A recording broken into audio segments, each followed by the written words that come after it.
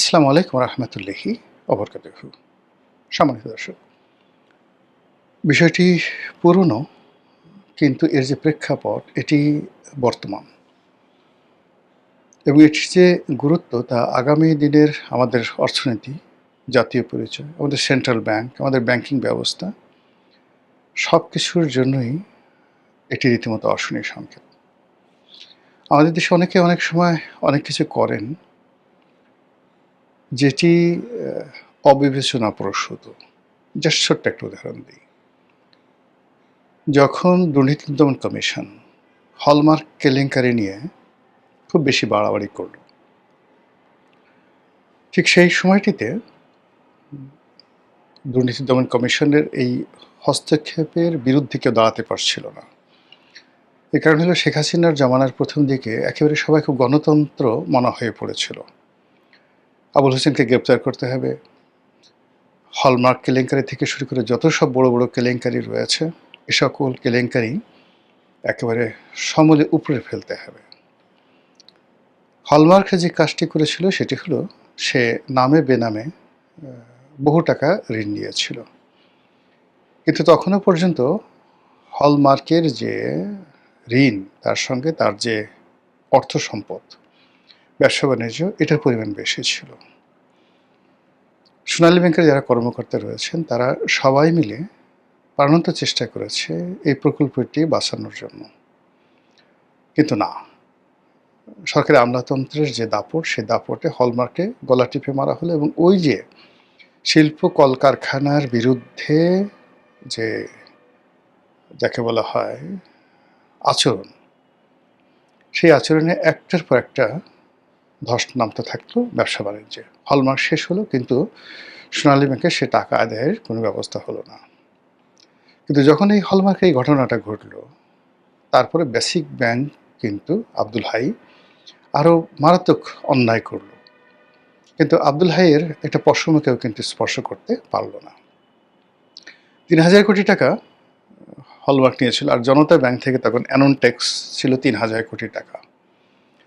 তো সেই anion tax এবং হলমার্ককে লাইমলাইটে আনার জন্য বা অন্যান্য ঘটনাগুলো সামনে আনার জন্য সব মিলিয়ে বাংলাদেশে এত তোলপাড় হলো, সেই এক তোলপাড়ে এস আলম গ্রুপ থেকে শুরু করে অন্যান্য যারা আছে ব্যাকসিমকো, সবাই মিলে প্রায় ২ লক্ষ কোটি টাকা ব্যাংক থেকে বের করে নিয়ে গেল। পুরো ব্যবসা বাণিজ্য শেষ। তো এই যে আমাদের আমলাতন্ত্র, আমাদের থানা পুলিশ প্রশাসনের যে অনিয়মতান্ত্রিক আচার আচরণ, চালচলন, এটা আসলে আমাদের ভবিষ্যৎকে সংকটের মধ্যে ফেলে।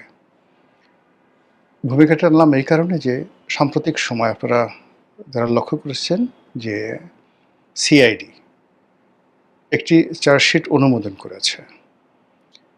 আমাদের বাংলাদেশ ব্যাংকের রিজার্ভ চুরি হয়েছিল সেই প্রায় ৮০০ কোটি টাকা।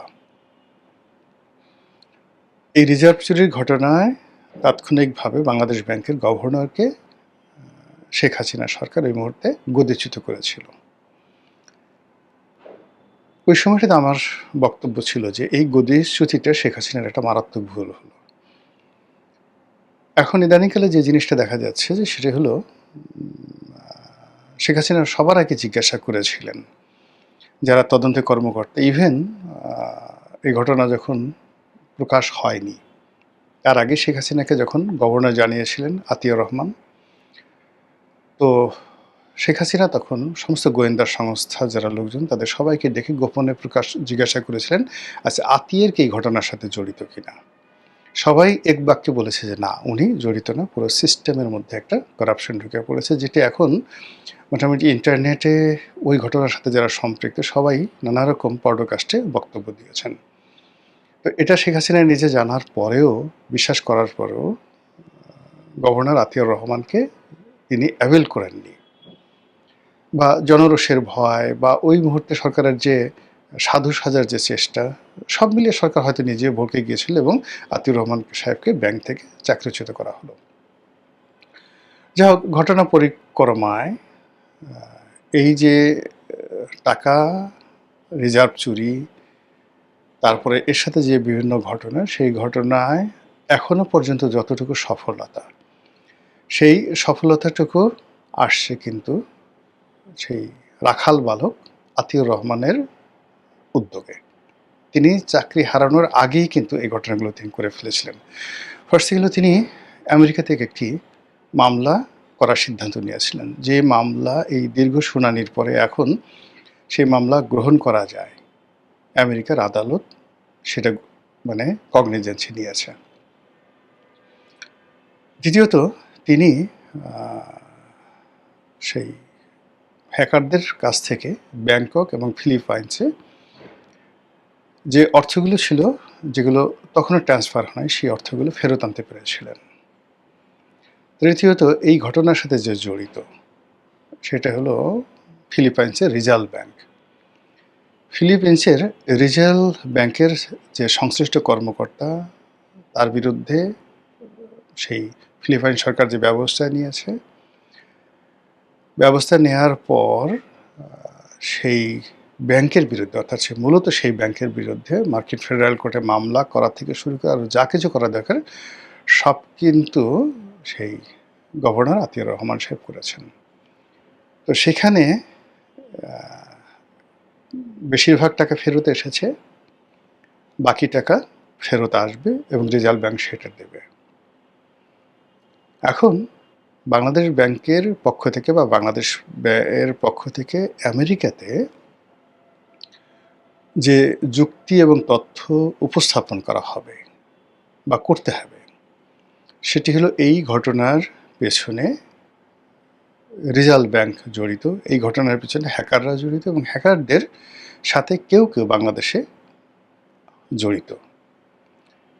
এই তথ্যপত্রগুলো তাকে দিতে হবে এবং সেই তথ্য এবং উপাত্তর সঙ্গে যদি সিআইডির যে চার্জশিট, সেই চার্জশিটের অমিল থাকে কিংবা পরস্পর বিরোধী হয়, তাহলে এটা নিয়ে বাংলাদেশে মামলা চলবে।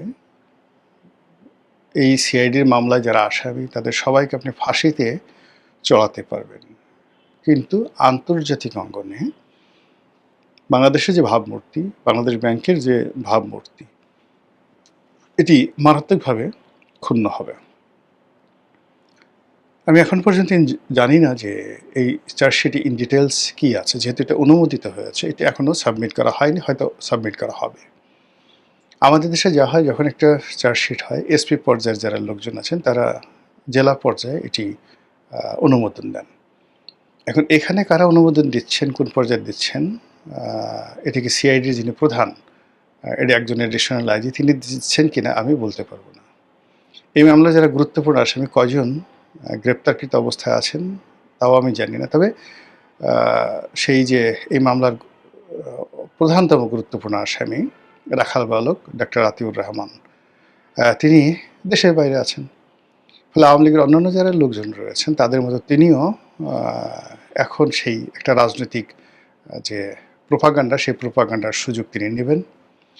২ নম্বর হলো যে আইনগতভাবে আমেরিকাতে যে মামলা চলছে, সেই মামলায় ডক্টর আতিউর এবং তার যারা লোকজন আছেন তারা যেভাবে স্বপ্রণোদিত হয়ে সরকারকে, রাষ্ট্রকে সহযোগিতা করতেন, এখন সেই ঢাকাতে যদি তাদের বিরুদ্ধে মামলা হয়, তারা আসামি থেকে যান এখানে চার্জশিটে, তাহলে মার্কিন ফেডারেল কোর্টে আতিউর রহমান যাবেনও না, আর তার টুটিও খুঁজে পাওয়া যাবে না।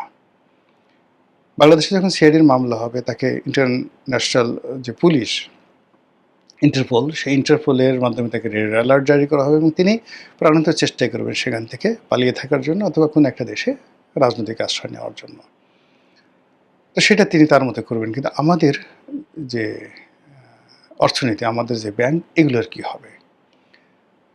ডক্টর আতিউর আমাদের বাংলাদেশের অর্থনীতিতে বেশ পরিচিত একজন মানুষ, স্বনামধন্য অর্থনীতিবিদ। আওয়ামী লীগপন্থী যে সকল অর্থনীতিবিদদের মধ্যে একটু ধড়িবাজি রয়েছে, ঘুষ, অর্থনীতি, দুর্নীতির যে একটা সমন্বয় অনেকের মধ্যে দেখা যায়, ডক্টর আতিয়ারের যারা ঘোরতর শত্রু তারাও বলতে পারবেন না যে এই লোকটি কারো কাছ থেকে ঘুষ খেয়েছেন, একটা টাই নিয়েছেন, একটা শার্ট নিয়েছেন।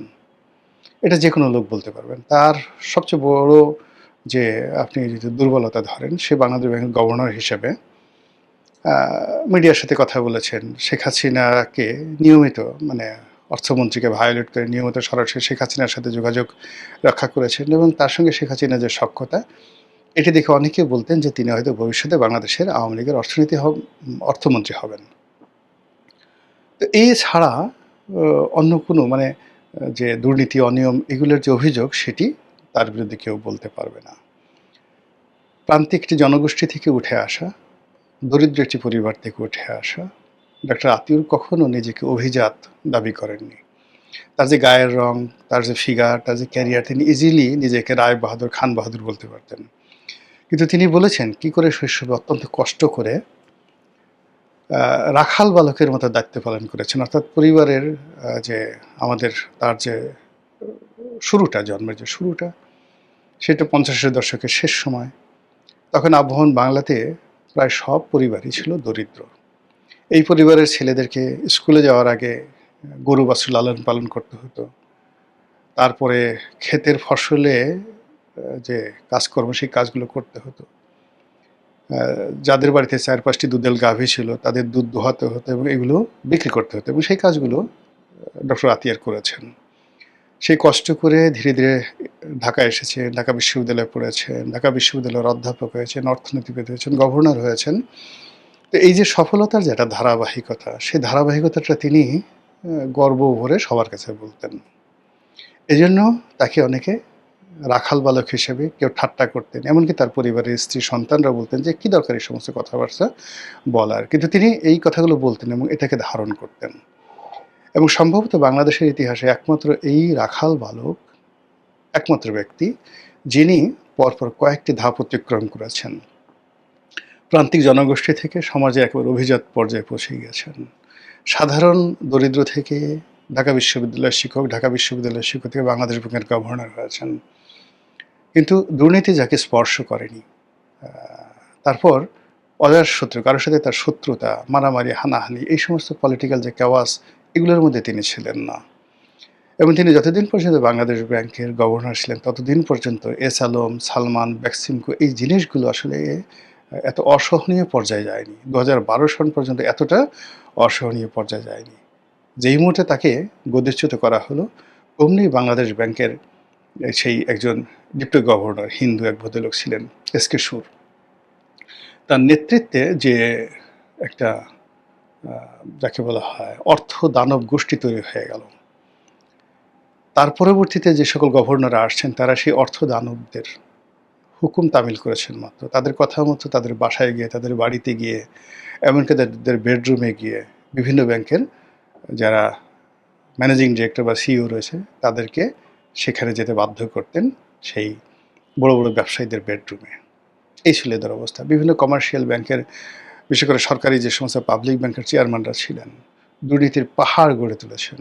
একটা মানে এই যে শুধুমাত্র একজন চেয়ারম্যান হবেন বা একটা ব্যাংকের একজন ডিরেক্টর হবেন আওয়ামী লীগ জমানাতে, এই ডিরেক্টররা শত শত কোটি টাকা চুরিচামারি করেছে।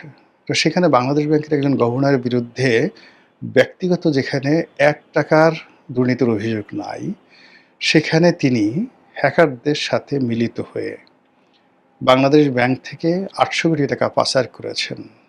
এই অমানবিক এবং নির্দয় যে অভিযোগ, সেই অভিযোগ আমরা করতে পারি রাজনীতির প্রতিহিংসার কারণে, দায় এড়ানোর জন্য, কিন্তু এটি আলটিমেটলি শেষ পর্যায়ে আইনের ভিত্তিতে কতটা প্রমাণিত হবে সেটি পরের ব্যাপার। কিন্তু এরকম একটা চার্জশিট বা এরকম একটি বিষয়, এটি যে পুরো বাংলাদেশ ব্যাংকের ক্রেডিবিলিটি, আমাদের অর্থনৈতিক ভবিষ্যৎ এবং বিশেষ করে এই যে টাকা ৮০০ কোটি টাকার একটা বিরাট অংশ তিনি ফেরত এনেছেন, আর বাকি অংশ চূড়ান্তভাবে ফেরত আসার পথে রয়েছে। এবং এটি যে বাংলাদেশ ব্যাংকের কোনো ত্রুটি ছিল না, বাংলাদেশের কোনো ত্রুটি ছিল না, এই পুরো জিনিসটাই হ্যাকাররা করেছে এবং তার সাথে সাথে আন্তর্জাতিক চক্র জড়িত। এই আন্তর্জাতিক চক্রকে আমরা বাংলাদেশের সবাই মিলে ১০০০টা রায় দিলেও কিছু করতে পারবো না, কিন্তু মার্কিন ফেডারেল কোর্টের যদি একটা সাধারণ রায় এসে যায় এদের বিরুদ্ধে, সঙ্গে সঙ্গে এর সাথে সম্পৃক্ত যে সকল ব্যাংক বিমা রয়েছে সবাই বাংলাদেশকে জিহুজুর জিহুজুর করবে।